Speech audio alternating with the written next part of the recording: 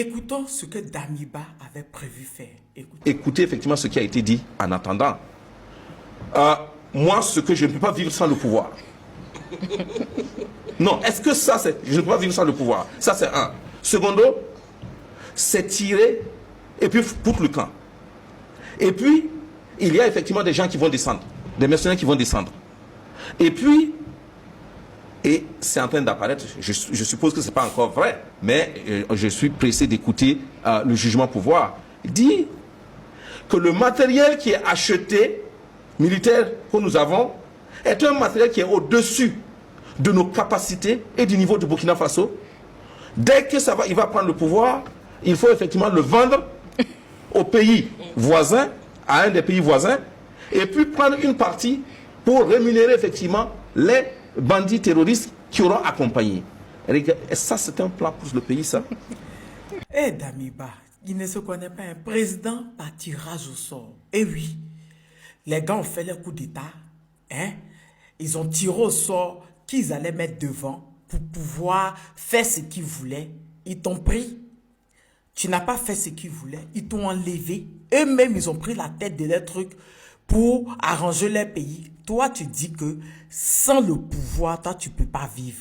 Comme si tu étais né avec elle. Quand j'ai écouté cette émission, j'avais entendu des choses. J'étais vraiment choqué au fait. C'est-à-dire que Damiba, toi, président par tirage au sort, en 8 mois, tu as bu 75 millions d'alcool. Tu as passé ton temps à boire les champagnes, l'alcool, 75 millions. Ils t'ont dégagé, tu pleures. On n'a jamais vu ça. C'est-à-dire, le coup d'État manqué du 3 là, il dit que, hein, si ça avait réussi, dès qu'il venait au pouvoir, que le matériel militaire, que les Burkinabés, parce qu'il ne peut pas dire le gouvernement, on voit comment les Burkinabés cotisent, on voit comment ils participent, voilà, à l'effort de guerre, tout et tout, ont payé. Le matériel militaire qui a été payé par le peuple burkinabé, qui sont au-dessus de la capacité du niveau du Burkina. Donc lui, il allait prendre ça pour aller vendre à un pays voisin et prendre une partie de l'argent, aller négocier les terreaux. Ouais. Damiba, tu nous as confirmé ici que tu deals vraiment la France. Parce que ça là, c'est la méthode de la France au fait. Oui, ils n'aiment pas les pays noirs qui sont très équipés. Donc, ils trouvent un moyen de brûler les armes, de détruire les armes ou même de bloquer les achats d'armement. On a vu ça même avec le Mali, après Modibo Keïta, où ils ont brûlé des armes. C'est la méthode de la France. Et quand j'ai entendu ça, la partie là, j'ai su, tu as confirmé que tu dealais la France. Oui, mais le pire, c'est que toi, tu t'en dealé avec Ado et tu dis que tu as lui donné l'Ouest, Sindoua. Tu es sûr que tu es burkinabé, Damiba? Parce que ton comportement, nous, ça nous dépasse. Et à quel pays voisin mais tu allais vendre l'armement que le Burkina a, que tu dis que c'est au-dessus de leurs capacités là? Nous, on est choqués. Non, on ne sait pas c'est à quel pays voisin. Mais on essaie d'imaginer c'est lequel. Mais on est dépassé par ton comportement, Damiba. On se pose la question de savoir est-ce que tu aimes vraiment le Burkina?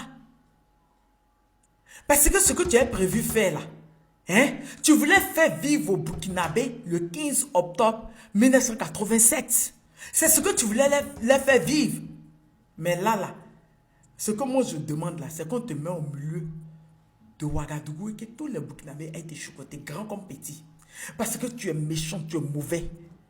L'armement qu'ils ont fait là, ils ont fait comme ça pour participer à cet effort, pour payer l'armement, pour chasser les terreaux. Toi, tu dis que tu vas prendre l'armement là, hein, pour aller vendre un pays voisin. Pendant ce temps, Macron est en train de dire, pour être libre dans ce monde, il faut être craint. Et pour être craint, il faut être puissant. Et toi, tu veux prendre l'armement là, que c'est au-dessus de la capacité du Burkina. Ouais. Tu as fait fort. Les Burkinabés doivent te choucouter. Pendant que tous les pays africains essaient de devenir souverains, étaient des puissants.